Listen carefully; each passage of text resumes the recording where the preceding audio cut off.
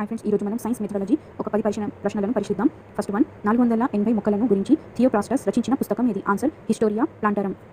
Next, శ్వాసక్రియ జరిగే విధానాన్ని విశ్లేషిస్తాడు అని స్పష్టీకరణ కింది లక్ష్యానికి సంబంధించినది ఏది అంటే వినియోగము.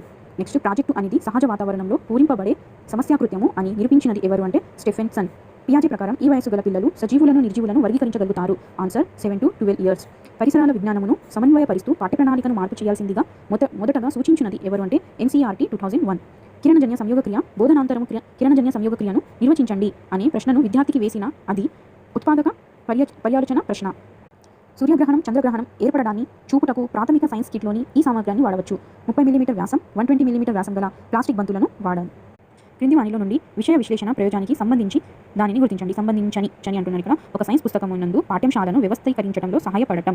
సో ఇక్కడ ఇది సంబంధించినది కాదు అని. సంబంధించినవి ఏమున్నాయి? ముఖ్య భావనలు గుర్తించడం ఉన్నది, కృత్యాలను పొందుపరచడంలో సహాయపడటం, బోధన స్పష్టత తేవటం.